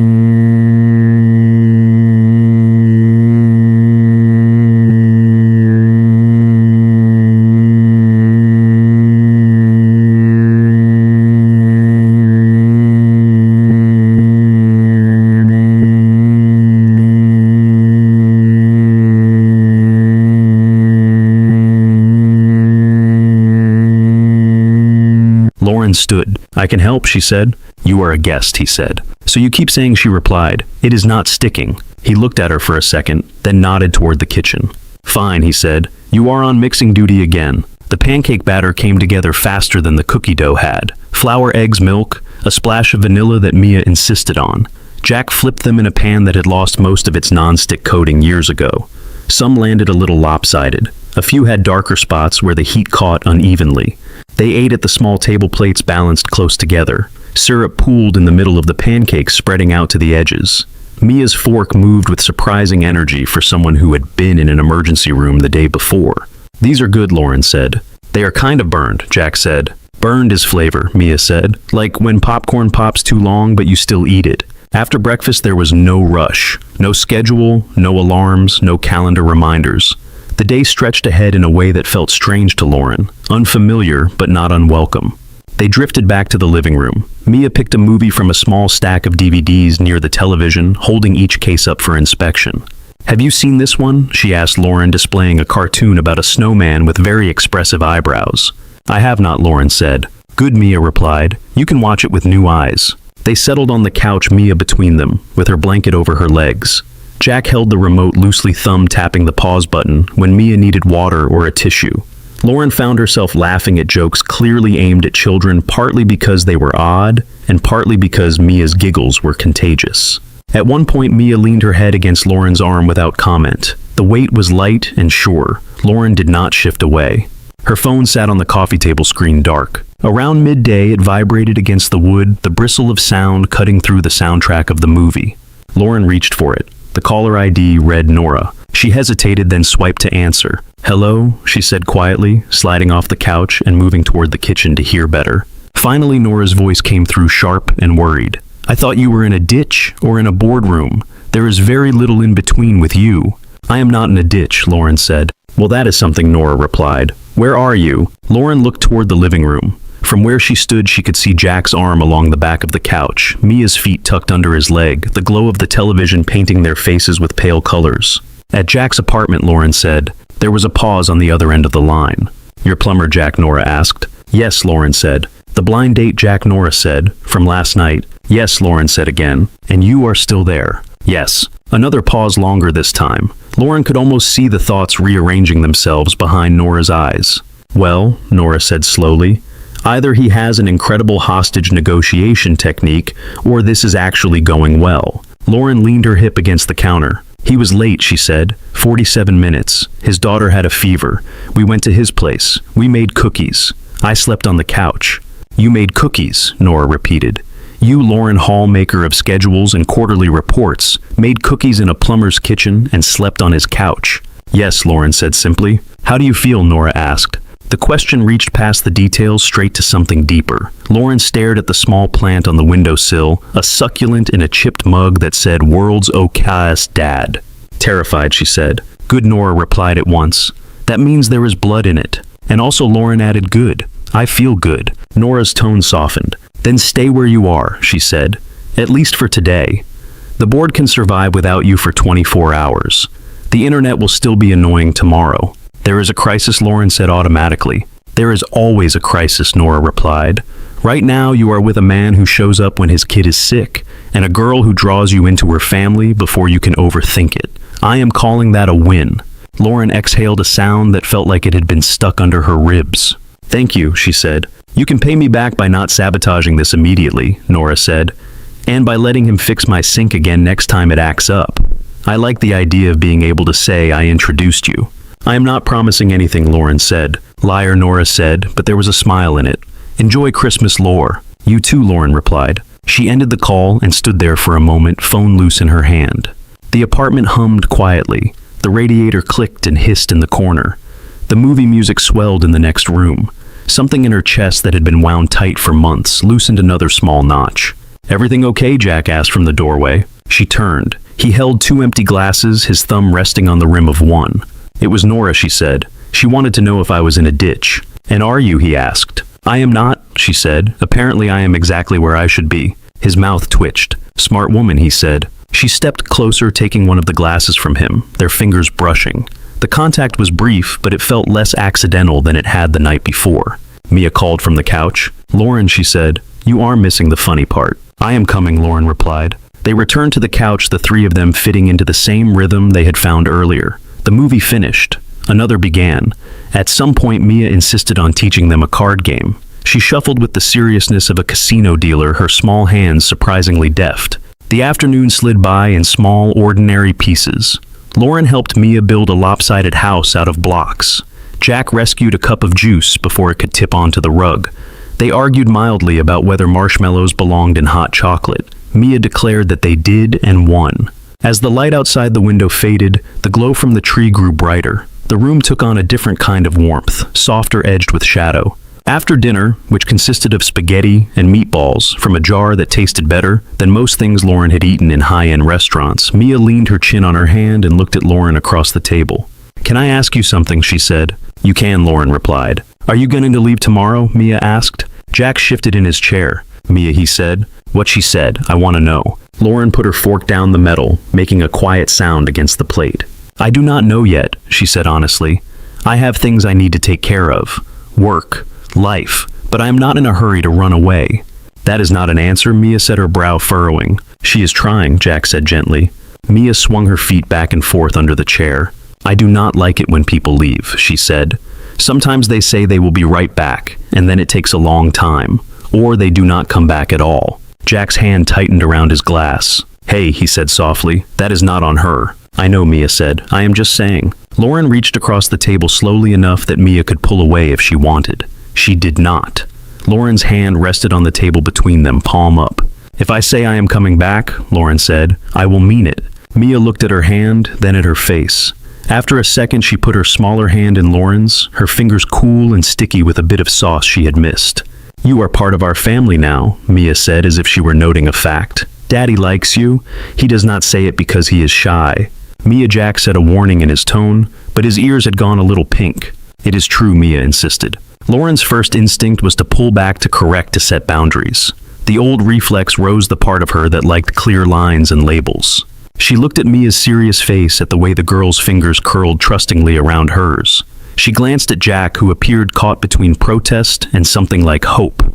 Okay, Lauren said quietly. If that is the rule, then I am part of your family. Mia's expression shifted into something wide and bright. Good, she said. She squeezed Lauren's hand once, quick and sure, before letting go and reaching for her fork again. Jack watched Lauren, his gaze steady. There were questions in it, and relief, and a nervousness that had nothing to do with pipes or late buses. The plates on the table were smeared with sauce and stray noodles. The overhead light cast a soft circle over the three of them. Outside, the snow had started again, small flakes catching in the streetlight. Lauren picked up her fork, the familiar weight of it suddenly different in her hand. The conversation had not answered anything clearly. It had not signed any contracts. It had, however, settled something inside her that she had not realized was still moving. For the first time in a long stretch of carefully managed days, she did not feel like a visitor in her own life. She felt like she was sitting at a table that might have a place for her if she chose to keep taking the seat. After dinner, the kitchen looked like a tomato sauce crime scene. Okay, troops, Jack said, standing up and stretching his back. If we leave this overnight, the plates will rise up and revolt. I am full, Mia said, drooping theatrically in her chair. I cannot move my arms. That is very convenient, Lauren said. Mia peered at her from under her lashes. Maybe I can move them a little, she amended. Enough to pick up my plate, slowly. Jack gathered dishes, stacking them carefully. Go brush your teeth, he told Mia. I will be in to tuck you in. Can Lauren read me the story, Mia asked as she slid off her chair. If she wants to, Jack said. Lauren found herself nodding before she had time to overthink it. Sure, she said, if you will have me. I already do, Mia replied as if that were obvious. She patted down the hallway socks, whispering against the floorboards.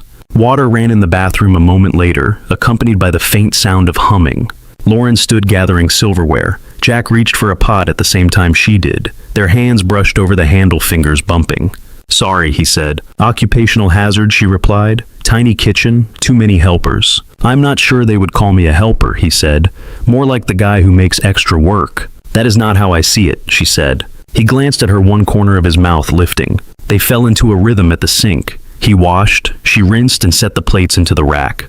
Warm water ran over their hands, steam fogging the small window above the sink. The smell of soap mixed with the lingering scent of garlic. Now and then their fingers bumped again, knuckles knocking lightly against each other. Neither of them apologized after the first few times.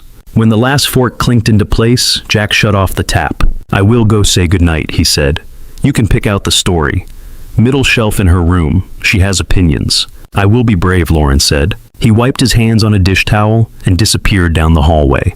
Lauren dried her own hands, then followed more slowly. The hallway was dim, except for the soft glow spilling from Mia's room. Inside, Mia sat on her bed, hair damp at the ends where Jack had probably wiped it with a washcloth. The nightlight, shaped like a crescent moon, cast a pale blue circle on the ceiling.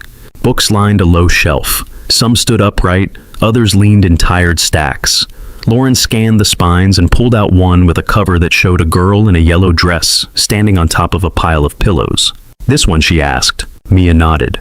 She is funny, she said. She does not listen to the rules. Lauren sat on the edge of the bed, careful not to wrinkle the rainbow comforter. Jack leaned against the doorframe, arms crossed loosely. Lauren opened the book. The paper felt soft from many readings, the corners a little bent. She began. The story unfolded in simple, bright sentences. The girl in the yellow dress did unexpected things and questioned everything she was told. Someone tried to make her fit into a box that did not match her shape. She found a way to be herself anyway. As Lauren read, Mia's eyes grew heavier, her blinks slower. Her head sank deeper into the pillow. At one point, her small hand moved across the sheet, searching. Jack took it without thinking. His thumb traced gentle circles on the back of her palm. By the time Lauren reached the last page, Mia was breathing evenly, her mouth softly open. Again she murmured, already half gone. "Tomorrow," Jack whispered. Lauren closed the book and placed it on the nightstand. Jack leaned over and shifted Mia's blanket up to her chin, tucking it around her shoulders. His movements were careful and practiced. He pressed his lips to her forehead for a second, then straightened. They stepped out together, Jack easing the door almost closed, leaving a small gap. "Thank you," he said quietly. "She is going to want you to read to her every night now." "As jobs go, it is not bad," Lauren replied. They moved back into the living room. The tree lights blinked in their slow patterned colors, washing over the walls. The television was off now. The apartment felt smaller in the evening quiet, but not in a suffocating way. More like the world had folded in around this one space. "Do you want more coffee?" Jack asked. "Or tea? Or water? We have tap and deluxe tap." "What is deluxe tap?" she asked. "Cold," he said. She smiled. "Water is good," she said. "Deluxe, please." He filled 2 glasses and handed her one. Their fingers met for a moment at the rim. She took a sip. The water was indeed cold crisp against her tongue. They sat on the couch a little closer than the night before, not touching but within easy reach. For a while they did not talk. The radiator ticked and sighed. A car passed outside its tires, hissing on wet pavement. Somewhere above them, a neighbor laughed, the sound muffled through the floor. Jack set his glass on the coffee table. "What happens now?" he asked. The question was simple, but it carried more weight than any of the dozens she fielded in meetings. With what she said, even though she knew. "With you," he said. "With this. You came here on a bus last night. You stayed. You made cookies. You let my kid climb into your lap. You can walk out tomorrow and never come back. Or you cannot. I do not know what to expect. I am trying not to expect anything." She looked at her hands, the faint red line where the corner of the cookie bag had scratched her earlier. Her fingers were still slightly dry from the hot water at the sink. "I do not know what happens next," she said. "I have spent years knowing what happens next. That was my thing. I made plans and backup plans and projected 3 quarters out. It all made sense. Until it did not." "What stopped making sense?" he asked. "Waking up in an apartment full of nice things and realizing none of them cared if I was there or not," she said. "Going to meetings, winning fights, signing deals, then coming home and staring at my own kitchen like it belonged to someone else." He listened, his attention steady. "I am good at building systems," she said. "Companies, products, processes. I am less good at building things that do not come with user manuals." "People," he said. "People," she agreed. He nodded once. "I am good with pipes," he said. "You know where the water is supposed to go. You know what happens if it does not. You follow the lines till you find the problem. You fix it. It is satisfying." "And people?" she asked. He gave a small, humorless smile. "I had a wife who got sick and died, a daughter who thinks it is her job to make sure I am okay, and a whole lot of days where I go to bed wondering if I said the right thing or messed her up a little more," he said. "So no, I am not great with people either." They sat with that shared admission, the space between them suddenly more honest. "I am scared," he said quietly. "Talking to you, letting you in here, letting Mia latch on to you. I am scared I will mess this up, that I will not be enough, that you will wake up and remember who you are out there and realize I am not supposed to be part of that picture." His hand had started to tap a silent rhythm against his knee. He stilled it, noticing. Lauren turned a little, facing him more fully. "Out there, I am the person who sends emails at midnight and answers calls at 6 in the morning," she said. "I am the woman people look at when something goes wrong and assume I have a fix. I am a lot of things to a lot of people. Half of it is performance." "You are good at it," he said. "I am tired of it," she replied. He looked at her, really looked at her, in the way he had in the diner when he asked why she had stayed. "What are you here?" he asked. She thought about the last 24 hours. Sitting in a booth with cooling coffee, cracking eggs badly in his kitchen, laughing at a cartoon snowman, crying over a cookie with red icing. I am someone who waited 47 minutes in a diner, she said, who did not leave when it would have been easier. Someone who read a story to a 7-year-old and did not reach for my phone once while she was falling asleep. That sounds like a good start, he said. He shifted on the couch closer by an inch. I am afraid of asking for too much, he admitted. So, I am going to try to be plain. I like you here. I like that Mia likes you. I like that you are not pretending this is nothing. I know we just met. I know this is fast. It feels fast to me too. But it also feels like something that could matter if we let it. Her chest tightened, not in the suffocating way she knew from panic, but in a fragile, raw way she was still learning to recognize. I am not asking for promises, he continued. I am not asking you to move in or pick out curtains. I am asking if you can keep showing up. Not just tonight, not just because Nora pushed you, because you want to. He fell quiet as if he had said more than he meant to, and waited. Lauren's first impulse was to list reasons why this was impractical. Her work, his hours, their different worlds, her life in the city, his life in this old building where the walls rattled with other people's music. Those reasons lined up in her mind, ready to be spoken. They felt thin next to the very real memory of Mia's hand in hers and the weight of a heart-shaped cookie against her palm. When I sat in that diner, she said slowly, part of me wanted you not to show up. That part wanted proof that this was a bad idea so I could go back to what I know. Work, noise, being too busy to notice what is missing. He did not flinch. And then you walked in, she said. You were late and wet and tired, and you had every excuse in the world not to come. You came anyway. You apologized. You told me where you had been, who you had been with. You did not lie. You did not ask me to make it easy for you. You just sat down. The bar is on the floor, he said quietly. It is higher than you think, she replied. She set her glass on the table, the small clink sounding louder in the quiet room.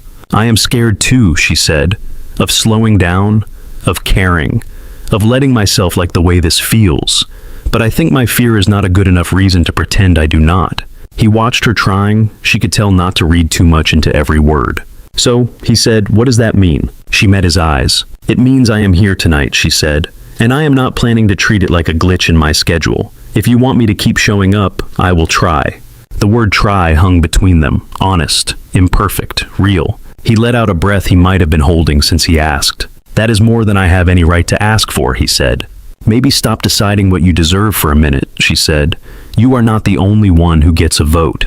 His mouth curved. What do you vote for, he asked. She drew in a slow breath. For staying for the rest of today, she said. For breakfast tomorrow. For seeing what it feels like not to run. He nodded, the motion small, as if anything bigger might break the moment. Okay, he said. His voice had gone a little rough. Okay. They sat there, the promise simple and small and somehow enormous. His hand was resting on the cushion between them, palm up. It might have been an accident. It did not feel like one. Lauren looked at it for a second, then placed her own hand in his. His fingers closed around hers, warm and calloused. Their palms fit with an awkwardness that felt right. Two people who had not practiced this much learning the weight of each other's grip. The tree lights blinked red and green reflected in the window glass. The clock on the wall ticked on, ignoring them. Jack shifted closer. His shoulder brushed hers. She could feel his heartbeat where their arms touched, quick but steady. He leaned in slowly enough that she could have moved away. She did not. His lips touched hers light at first, unsure. There were no fireworks, no dramatic music. Just the soft press of real contact. The faint taste of coffee and pasta sauce, and something that was simply him. She kissed him back, equally careful. It lasted only a breath or two before they pulled apart. He looked at her eyes, searching for regret. She did not give him any. Okay, she said again, not to answer a question, just to mark the moment. He squeezed her hand. They stayed on the couch side by side, the television dark, the room lit only by the tree and the streetlight outside. At some point, Lauren's head found his shoulder. His arm settled around her, easy and natural. Her last coherent thought before sleep dragged at her was that she was exactly where she had chosen to be. Not because a calendar told her to be there, but because she had stayed when walking away would have been simpler. The clock kept its own steady rhythm on the wall. They let their own find it. Lauren woke to the sound of whispering. For a moment, she could not place where she was. The couch under her felt different from her own. Softer in some places, firmer in others. A blanket she did not own covered her legs, smelling faintly of laundry powder and something like citrus. Something small and warm shifted against her side. She opened her eyes. Mia stood next to the coffee table, hair sticking up in wild angles, blanket draped over one shoulder. She stared at them with her mouth slightly open, eyes shining. "You did a sleepover," Mia whispered. Lauren followed her gaze. Her head had been resting on Jack's shoulder. His arm was around her and slipped down to rest lightly against her hip. At some point in the night, they must have slumped into that position without thinking. He blinked awake now, squinting at the light. "What time is it?" he asked, voice rough. Mia turned, checked the small clock on the wall with exaggerated seriousness. "It is 9:13, she said. "You are both late for pancakes." Jack scrubbed a hand over his face. "We do not have a pancake appointment," he said. "We do now," Mia replied. "Also, you were cuddling." Jack shot Lauren a quick look. She felt heat rise under her skin, but it was not entirely embarrassment. Part of it was something softer. "Accidental," Jack said. "Couch logistics. Very scientific." Mia rolled her eyes. "People do not accidentally cuddle that long," she said. "Can we do it again?" Lauren sat up, the blanket sliding into her lap. "The sleepover?" she asked. "Yes," Mia said. "Not just one time, lots." Lauren glanced at Jack. He met her eyes, a question there, careful and hopeful both. She smiled at Mia. "We can," she said. "If your dad is okay with it." "He is," Mia announced before Jack could speak. Jack shook his head, laughing quietly. "Let us start with breakfast," he said. "Then we will negotiate future cuddles." The morning unfolded in small, easy pieces. Pancakes again, this time less burned. Mia insisted on shaping a few into vaguely heart-like forms, which came out more like abstract art. Lauren washed dishes while Jack dried their movements, fitting around each other in the narrow kitchen. Her phone stayed on the counter screen down until it buzzed itself toward the edge. She caught it just before it tipped off. The caller ID read Mark, followed by the company name. She exhaled through her nose and answered. "Hi, Mark," she said. "Lauren," he said. His voice held that particular overbright tone people took on when they were trying not to sound frantic. "Happy holidays. Sorry to bother you, but we really do need your input on the response. The article is sitting at the top of 3 feeds I check, and investors are starting to text." She looked over at the table where Mia was lining up her markers by color. Jack watched, drinking coffee, one hand resting loosely on the back of her chair. "I will send notes tonight," Lauren said. "You can draft based on those and we will finalize tomorrow." Silence on the line for a beat. "We were hoping for something sooner," Mark said. "The perception window is pretty tight on this kind of thing." "I know," she said. "You can tell anyone who asks that I am reviewing and that we will respond. I am not on a different planet. I am just taking one day. We will still be standing in 24 hours. He hesitated. "Is everything all right?" he asked. She glanced around the apartment. At the crooked tree, the stockings Mia had colored herself and taped to the wall, the drawing above the television with 3 stick figures under a roof. "It is," she said. "I will call you tomorrow, Mark. Try to take the rest of the day off." She hung up before he could argue. Jack watched her put the phone back on the counter. "More ditch talk?" he asked. "Less ditch, more stock price," she said. "It can wait." "Can it?" he asked. She looked at him. "Yes," she said, "it can." The day stretched on. They played another round of cards. Mia insisted on teaching them a game she had invented that seemed to have no clear rules, but somehow always ended with her winning. They went for a short walk around the block in the afternoon when the snow let up. Mia bundled in 2 scarves and a hat with pom-poms. She stomped in every patch of snow she could find. Lauren's borrowed boots were half a size too big, but they kept her feet dry, and that felt like a small triumph. That evening, after Mia fell asleep with her new mystery book open on her chest, Lauren and Jack sat at the kitchen table, with 2 mugs of tea and the single remaining cookie from the first batch between them. "You know you do not have to stay again," Jack said. "You have your own bed, your own life." She traced a finger along a chip in the table's surface. "I know," she said. "You also do not have to come back after this," he added. "I am trying not to hold you hostage with cookies and a kid who talks a lot." "You are not," she said. "If I leave, it will be because I choose to. If I stay, same rule." He nodded. "Okay," he said. They split the cookie, each taking a half. The days that followed settled into something they did not name but leaned into anyway. Lauren went back to her office. She faced the board, laid out the clear math behind the misread numbers, watched the panic level drop in real time. She drafted the company statement herself, honest enough to hold up, measured enough to calm angry people with money.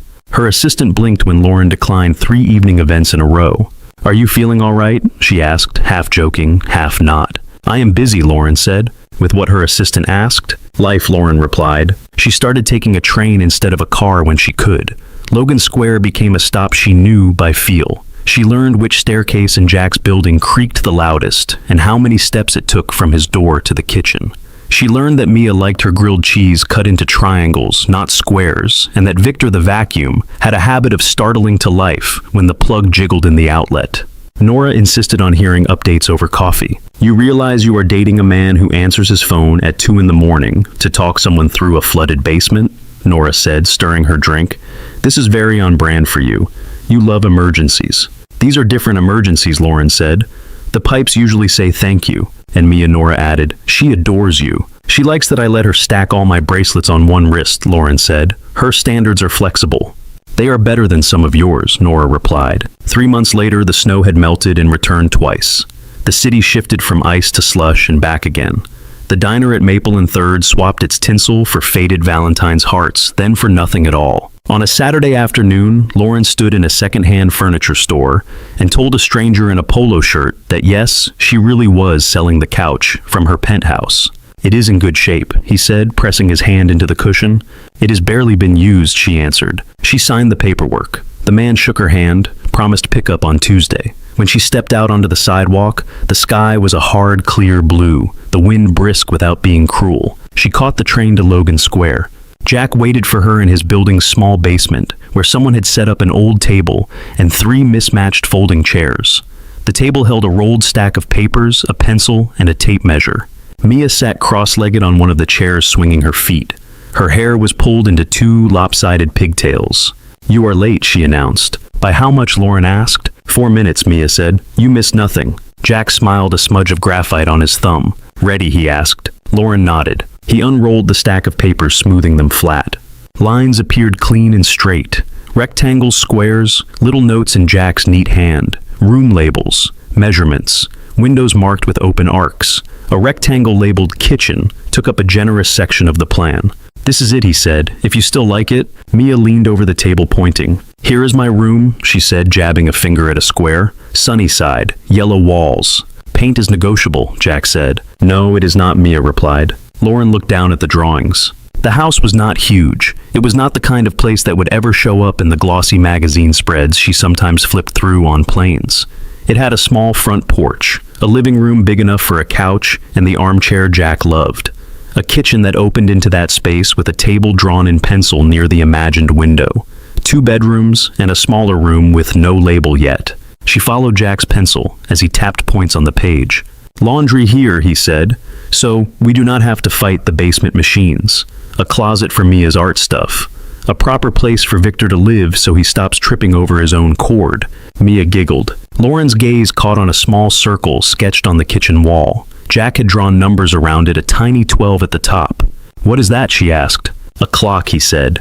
Mia wanted to know when pancakes were supposed to happen. I thought we should make it official. The little circle tightened her throat, more than the rest of the drawing. You drew time into the plan, she said. I thought you might like it there, he replied, where we can see it and ignore it when we want to. She traced the outline lightly with her gaze, imagining the actual wood and nail and ticking hands on a real wall. Where would this be, she asked, touching the edge of the paper. Out near Oak Park, he said. Old lot, couple of good trees, decent schools, no elevators. No elevators, she repeated. No view from the 32nd floor either, he said, unless you count the tops of the trees. And the neighbor's barbecue. Mia tugged on Lauren's sleeve. We can plant flowers, she said, blue ones. And you can have a chair where you read your work things, but also fun books. Very specific vision, Lauren said. I have been thinking about it a lot, Mia replied. Jack watched them, his hand resting on the edge of the table, fingers spread. You do not have to decide now, he said. We can keep this on paper as long as we need. Lauren thought of her penthouse contract, signed, sale pending, the couch that was leaving on Tuesday, the boxes already packed with clothes and dishes. She realized she did not want as much as she had thought. The desk she had cleared of everything except a laptop and a single mug. She looked back down at the drawings, at the little clock in the kitchen, the labels made in Jack's careful block letters. Front door, window, bed, home. She placed her hand over a corner of the page to keep it from curling back. I am not deciding everything today, she said, but I know this. She lifted her eyes to his. I am not building this life from the 32nd floor anymore, she said.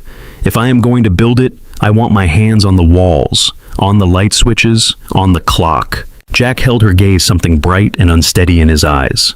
Okay, he said. Mia slid off her chair and wrapped her arms around Lauren's waist. You are really staying? She said into Lauren's shirt. Lauren stroked a hand down her back. "I am really staying," she said. They stayed in the basement a while longer, leaning over the table, Mia suggesting an extra shelf here, a bigger window there.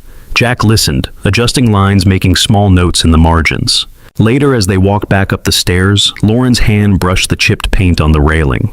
She remembered the first night she had climbed these steps, her breath held, without her noticing snow still melting in her hair. At the top, Jack held the door open. Sunlight from the hallway window fell across his face, warming the worry lines on his forehead. She stepped through and reached for his hand. His fingers curled around hers, grounding and sure. In the living room, the old clock on the wall ticked on. Its beat was steady, unbothered by their choices. Time moved whether they asked it to or not. They moved with it. That night, after Mia fell asleep under her rainbow comforter and Victor settled back into his corner, Lauren and Jack sat on the couch, shoulders touching. The house plans lay on the coffee table, weighted by a mug. "Are you happy?" she asked. He thought for a second. "I am getting there," he said. "You?" She leaned her head against his shoulder. "I am not running," she said. "That feels close." His arm came around her, his hand resting over hers. "Then we keep showing up," he said. She nodded. Outside, the city breathed lights flickering in 100 windows.